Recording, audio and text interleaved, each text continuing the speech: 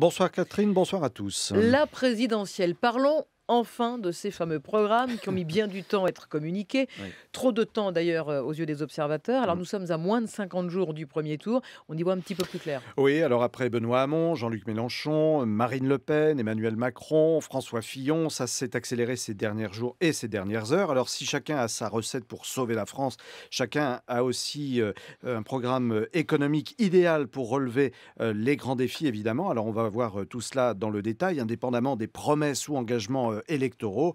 Nous allons tenter de voir avec nos deux invités si ces programmes communiqués sont réalistes, applicables et puis surtout à la hauteur. Et ces deux invités, ils sont avec nous. Jean-Hervé Lorenzi, bonsoir. Bonsoir. Vous êtes président du Cercle des économistes. Face à vous, Jean-Marc Daniel, bonsoir. Bonsoir. Économiste à l'Institut de l'entreprise. Et pour lancer ce premier débat, eh bien, on va écouter Thomas Porcher, des économistes atterrés. Il évoque le programme d'Emmanuel Macron. Le cadrage budgétaire qui nous dit, grosso modo, c'est de l'austérité qui ne dévoile pas son nom. Par exemple, quand il dit tout simplement qu'il faut faire un plan d'investissement public de 50 milliards, on prend acte, mais en même temps, il dit qu'il faut faire des économies de 60 milliards sur la dépense publique. Or, réduire la dépense publique tout en augmentant l'investissement, ça veut dire qu'il va y avoir des coupes ailleurs. Donc elles vont être soit dans les prestations sociales, soit dans les dépenses de salaire des personnels des administrations. Jean-Marc Daniel, l'économiste que vous êtes va nous éclairer. Est-ce que c'est un petit peu plus précis maintenant ? Oui, c'est un peu plus précis et je dirais, contrairement un peu à la tonalité, je dirais hélas, parce que plus on va dans les détails, plus on s'aperçoit qu'on voit apparaître des contradictions, on voit apparaître des impossibilités, on voit apparaître des mots comme austérité. Pour tous les candidats là, pour tous les candidats, oui. Et je pense qu'il y a deux choses qui nuisent à leur crédibilité. La première, c'est qu'ils ne tiennent aucun compte de la réalité conjoncturelle dans laquelle nous sommes. C'est-à-dire que si on regarde les candidats dans les campagnes précédentes, Nicolas Sarkozy s'est heurté très vite au retournement conjoncturel et la récession de 2009. Lionel Jospin, après avoir annoncé un certain nombre de mesures, a été obligé de corriger à partir de 2000-2001 son programme parce que là aussi, il se heurtait au retournement conjoncturel. Donc, l'incapacité à anticiper l'évolution de l'économie marque ces programmes. Et la deuxième chose, c'est qu'on rentre dans des détails qui font qu'on finit par ne plus très bien savoir où on est. Je pense qu'il vaudrait mieux avoir, non pas des programmes, mais des projets. Donc il n'y a pas d'idée innovante là ? Vous n'en avez pas vu, Jean-Marc Daniel ? Je n'en ai pas vu. Il pourrait y avoir des logiques. C'est-à-dire, Marine Le Pen, elle pourrait dire, écoutez, moi je reprends le programme des Albanais de 1983, des gens qui ne voulaient pas de la rigueur, des gens qui étaient contre Delors et Mitterrand. Fillon, il pourrait dire, bon, moi je me contente d'avoir un programme pro-entreprise, plutôt patronal, et puis après je m'adapterai. Finalement, Mélenchon, quand il dit, moi mon objectif c'est de faire les poches des riches, ça c'est un programme clair. Mais après, quand il dit, je vais faire 100 milliards de déficit budgétaire dans une situation où on a déjà un déficit extérieur, où on a du mal à financer l'économie française, on voit bien que c'est inenvisageable. Donc, ça n'a aucun intérêt. Alors, Jean-Hervé Lorenzi, pas d'idée innovante selon vous sur ce que vous avez entendu jusqu'à présent. Il y a plusieurs blocs de programmes, plus les radicaux, et ça s'arrête là. Moi, je ne suis absolument pas d'accord avec ce que vient de dire Jean-Marc. Jean-Marc l'attaque un peu comme une sorte à deux niveaux. C'est à la fois trop précis et à la fois ça manque de cohérence Moi, je pense qu'il y a chacun des idées. Les programmes ne sont pas exceptionnels. Je ne suis pas en train de dire qu'on a trouvé 5 génies, l'économie, 5 prix Nobel qui vont diriger le pays. Mais contrairement à ce qui s'est passé, notamment dans l'élection précédente, vous les prenez tous les 5. Alors, on va les prendre les uns après les autres. Monsieur Mélenchon, il a une idée fixe, au-delà de ses dépenses, etc., qui sont évidemment... Il sait qu'il ne va pas gagner les élections, donc il peut annoncer ça. Mais il a une idée qui est positive, qui est intéressante, c'est qu'il voit partout la technologie française. Et je trouve que c'est intéressant. Monsieur Hamon... Benoît Hamon, qui lui veut taxer la technologie. Les robots. Oui, mais de manière un tout petit peu naïve. Mais il pense que la révolution numérique va bouleverser l'ensemble du monde. Il pense que ça se fera pendant sa présidence et éventuelle. Tout ça est évidemment pas très réaliste. Mais il a cette idée d'être... Monsieur Macron, il a une seule idée, au fond. La logique fondamentale, c'est qu'il faut que dans notre pays, on reprenne du risque. Donc, quand vous regardez bien, sa fiscalité, l'ensemble de ces mesures vont dans l'idée qu'il faut protéger ceux qui vont prendre des risques. Enfin, Monsieur Fillon,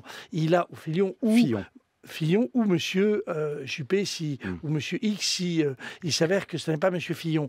L'idée est plutôt de mettre l'accent sur la réduction de nos déficits et revenir à un niveau de dette. Monsieur Fillon n'a jamais caché que c'était pour lui un problème. Donc je trouve que c'est assez injuste de ne pas reconnaître qu'ils ont chacun d'entre eux une sorte d'idée motrice et qu'ils lancent le débat de manière qui n'est pas inintéressante. Alors, les primaires sur ce moment ne facilitent pas la chose parce que comme on est obligé de faire de la surenchère dans un premier tour, c'est compliqué. Jean-Marc Daniel, pas de rupture. C'est quoi le vrai programme, le programme pragmatique qu'il faudrait à la France Moi, je pense que aujourd'hui? le vrai programme, ça devrait être un programme d'ailleurs qui a déjà été testé, qui a déjà été présenté en Europe. Lorsque Mario Monti est arrivé au pouvoir après la lettre qui avait été envoyée par la BCE à Berlusconi, c'est-à-dire lorsque l'Italie a senti qu'elle avait véritablement besoin de se réformer, il n'a pas pris des chiffres. Il a dit 3 choses. Il a dit: je vais équilibrer les finances publiques, je vais dynamiser la croissance en faisant une politique systématique de concurrence et je vais rétablir la confiance en redonnant à l'Italie le sens de la dignité. Et il s'est planté. Alors, il s'est planté à titre personnel, sauf que sa politique, ensuite, elle a été récupérée par aussi bien M. Letta que par M. Renzi. Alors, mais ils se sont plantés. L'Italie est le pays le plus malade en Europe.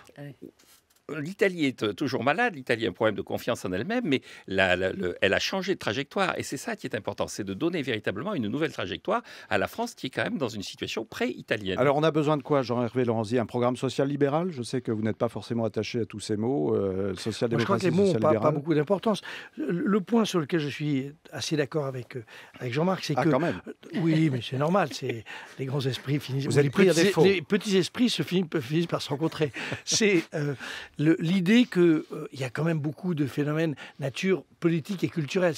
On est dans un pays qui doit retrouver sa confiance en lui. Au lieu d'inlassablement se tourner vers l'outre-Rhin et dire « Ah, c'est formidable ». Mais comment on redonne la confiance alors? Donc, c'est là où je trouve que les programmes qui sont proposés ne sont pas sur ce point des programmes qui donnent le sentiment que la France est au fond du trou et qu'à force d'être dans le fond du trou, elle atteint même le centre de la Terre. Je trouve donc que sur le fond, il y a une logique qui est plutôt positive et il nous reste 50 jours à nous de voir s'ils peuvent, au fond, améliorer encore transformer les situations. Jean-Marc Daniel, si vous étiez aux manettes, au ministère de l'économie, vous faites quoi? Priorité du quinquennat? Ma première priorité, le premier projet de loi de finances rectificative que je présente au Parlement, c'est de baisser de 30 milliards les dépenses publiques. Et vous, Jean-Hervé Lorenzi? Seulement? Moi, je me centre sur l'idée qu'il faut absolument relancer l'investissement dans notre pays, parce que ça, c'est la confiance. Notre investissement est très faible.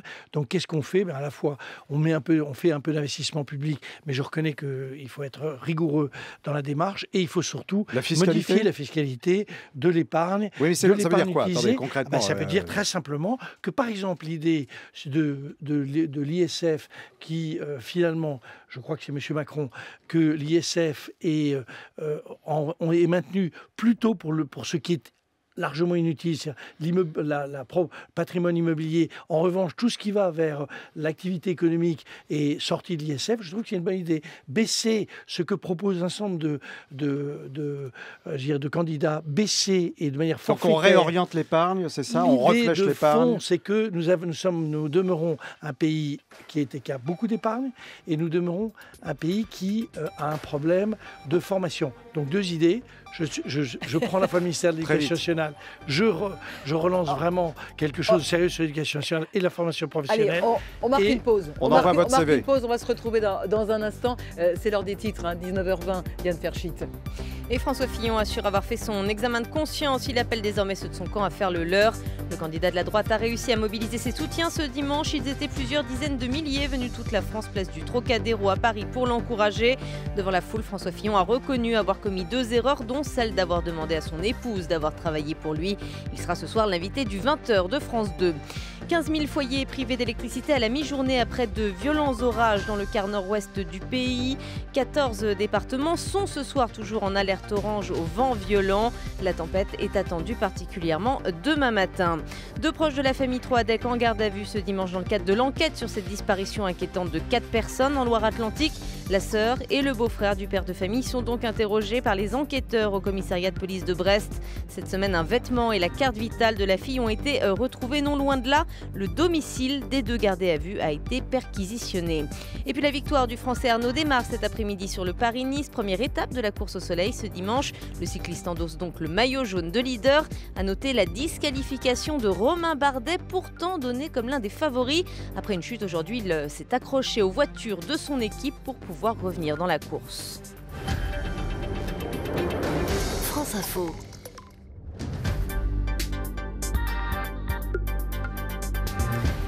La suite du débrief éco du dimanche avec Jean-Hervé Lorenzi du Cercle des économistes, Jean-Marc Daniel de l'Institut de l'entreprise et Emmanuel Cuny, bien sûr. Il a beaucoup été question du RSI pendant la campagne, la sécurité sociale des indépendants. Oui. Près de 3 millions de petits entrepreneurs sont concernés en France. 4 millions si on compte les ayants droit, mais apparemment ça coince. Oui, alors devenu sujet de campagne à part entière, le RSI est la cible vraiment de toutes les critiques. Le régime social des indépendants vit-il ces dernières heures? Est-il possible d'abandonner ce système de protection? Si oui, par quoi le remplacer? Sinon, comment l'améliorer? Sur le fond, est-ce peut-être l'opportunité de réformer profondément le régime de protection sociale vers plus de concurrence? Des sujets qui fâchent évidemment, mais qui s'imposent vu l'ampleur qu'a pris le débat ces dernières semaines. Alors justement, tiens, on va écouter Claude Villard, qui est le président du RSI Rhône. Lui, il estime tout simplement que c'est utile. On a subi tellement de critiques. Aujourd'hui, on est au bout du rouleau, quoi, parce qu'on se dit il va y avoir une nouvelle politique qui va sortir et la seule chose qui les intéresse, c'est de nous supprimer. Un indépendant, c'est pas un salarié. Il fait 80 heures par semaine, des fois, pour gagner 500 €. C'est des professions spécifiques. Jean-Hervé Lorenzi, beaucoup de critiques autour du RSI. Il est temps de le réformer. Non, mais c'est justifié. C'est justifié pour... En réalité, 3 raisons. La première, c'est que c'est un cauchemar kafkaïen. Et la première des démarches qu'il faut faire, c'est remettre des êtres humains qui peuvent parler avec les plaignants. Il y a tous les 6 millions de personnes qui sont dans ce régime ont tous quelque chose à reprocher au RSI. La première des choses, c'est de rétablir un contact humain. Je ne sais pas si vous connaissez le RSI, vous appuyez numéro 1 si vous n'êtes pas content. Donc votre truc, vous tombez sur un téléphone qui ne répond jamais. Enfin, non, mais on connaît les problèmes de structure, notamment les problèmes informatiques, puisque le régime du RSI est travaillé par les URSSAF qui ne sont pas du tout en phase. Deuxième Donc ça, c'est un gros problème. Deuxième sujet, c'est que la frontière entre le RSI et l'URSSAF est mal définie en réalité. Et troisième sujet, c'est que la création du RSI qui est de 2005, vous vous en souvenez, est en réalité... j'allais dire ce que la Cour des comptes avait appelé une catastrophe industrielle, c'est-à-dire que les centaines de milliers de folies qui sont sorties de ce système font que, avant que les gens retrouvent confiance, si on le maintient, il y aura du chemin. Et certaines entreprises ont mis la clé sous la porte parce qu'être imposé, devoir payer des charges à l'année N sur une activité N-2, c'est terrible. En 2 ans, l'activité de l'entreprise peut littéralement se retourner. Votre position sur ce sujet? Le problème est plus un problème de fond. Il faut aller vers davantage de liberté. Je crois que l'occasion de la crise du RSI, qui n'est pas nouvelle, hein, mais qui atteint un point d'exaspération de la part des adhérents qui commence à devenir inquiétante. On va vers un nouveau Gérard Nicou, c'est-à-dire vers des gens qui vont... Gérard Nicou, qui dans les années 70 avait conduit une révolte qui s'était traduite par des affrontements physiques contre les représentants à l'époque de l'ancêtre du RSI. Donc je pense qu'il faut profiter de cette occasion, non pas pour le traiter, pour le rayer d'un trait de plume là, comme ça brutalement et dire dans une semaine il n'y a plus de RSI, mais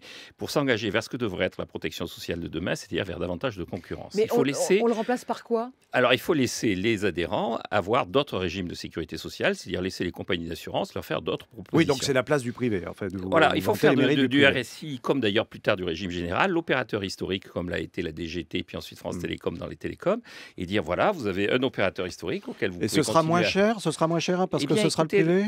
On peut en douter quand même. La concurrence, en général, ça a plutôt comme vertu de faire baisser les prix. Et deuxièmement, d'inciter les gens à avoir un comportement autre que la situation en monopole où vous trouvez personne au bout du téléphone.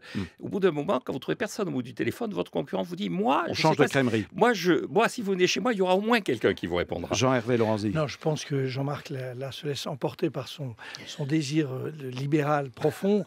En réalité, on est dans des domaines de protection sociale et la protection sociale n'est pas tout à fait comme la téléphonie. Donc c'est vrai qu'on peut avoir plusieurs opérateurs de téléphonie. avoir une compétition entre celui qui se bagarre. En plus, je veux dire, je ne crois pas que ça se fera. Donc, essayons plutôt de trouver des solutions qui ont des chances de se faire. Les candidats sur ce point ne sont pas très bons. Parce que soit ils veulent rayer, mais il y a un problème majeur que chacun connaît, c'est que le niveau de contribution demandé aux clients pour le RSI est très inférieur à celui pour l'URSSAF. Et donc, on risquerait d'augmenter les cotisations des... donc le RSI est une usine à gaz, mais il ne faut pas la supprimer. Non, alors on pourrait imaginer des tas de solutions, notamment le casser en morceaux. Alors c'est la solution, puisqu'on prenait le cas de la téléphonie qui a été souvent utilisé pour lancer d'abord une étape. C'est la personne du Rhône, là, qui avait l'air d'être malheureuse. Président du RSI du Rhône. Du RSI du Rhône, elle a raison, mais il n'y a pas que lui qui est malheureux, il y a tous ses adhérents. Mais il se trouve qu'on pourrait imaginer des dispositifs qui soient moins centralisés, qu'on reprenne. D'abord, il faut remettre de l'ordre dans ce dispositif et remettre en face des adhérents des personnes qui peuvent discuter de chacun des problèmes. Plus de concurrence, dites-vous essentiellement Jean-Marc Daniel, plus de concurrence dans le système, peut-être introduire une mission de service public dans les assurances privées finalement. Oui, davantage de concurrence. Écoutez, Jean-Hervé nous dit que c'est une utopie, mais enfin il suffit de franchir la frontière à 2 pas de M. Villars, la Tieté du Rhône, d'aller en Suisse pour avoir des systèmes de sécurité sociale dans lesquels on a le choix entre plusieurs caisses. Alors ces caisses, effectivement, il suffit de leur donner un cahier des charges précis, de leur dire voilà ce que signifie la sécurité sociale dans ce pays, et puis ensuite de permettre à chacun de choisir dans ce contexte la caisse de sécurité sociale à laquelle il adhérera. Et je vous garantis encore une fois que soumis à la pression de la concurrence, eh bien, les caisses auront une autre attitude que cette attitude à la fois condescendante que vient de décrire Jean-Hervé Lorézy au début de cet entretien sur le thème j'appuie sur un bouton et je tombe sur un répondeur téléphonique avant d'attendre des heures et des heures pour que quelqu'un me réponde. Messieurs, si on élargit un petit peu le débat, est-ce que tout ça ne pose pas la question finalement d'une harmonisation plus générale, enfin une harmonisation des charges patronales, que ce soit des petits entrepreneurs, des gros entrepreneurs, des indépendants, etc., pour qu'il y ait moins... La question se pose également pour l'assurance chômage. Un créateur d'entreprise, un dirigeant d'entreprise aujourd'hui n'a pas le droit à Pôle emploi, enfin n'a pas le droit aux allocations chômage. Est-ce que c'est normal? Oui. Alors là, il y aura peut-être une minute, une minute, une convergence. Je pense que avec non pas une convergence entre l'URSSAF et le RSI, auquel je ne crois pas, mais plutôt entre Jean-Marc et moi, l'idée que finalement quelqu'un qui est entrepreneur, ça n'a rien à voir avec un salarié. Et moi, j'ai trouvé que dans les propositions qui sont faites, je ne sais plus par qui, il y a cette idée d'augmenter le plafond d'auto-entreprise qui, elle, résout un problème de manière, j'allais dire, forfaitaire. C'est assez habile et c'est peut-être une manière en tout cas pas de résoudre le problème, mais de l'améliorer. Juste une remarque, l'enjeu est d'autant plus grand que, et là Emmanuel Macron a raison de le dire, c'est qu'on va davantage vers une société de clients plutôt que vers une société de salariés. Et donc là aussi c'est un des plus de Macron par rapport aux autres, c'est d'avoir compris ce rôle de la société commerciale, de la société où on aura des relations de plus en plus de marché et de moins en moins des relations de salariés à employeurs. Jean-Marc Daniel de l'Institut de l'entreprise, Jean-Hervé Lorenzi, président du Cercle des économistes. Bonne soirée. Emmanuel Cuny, on se retrouve dimanche. Excellente semaine, Catherine.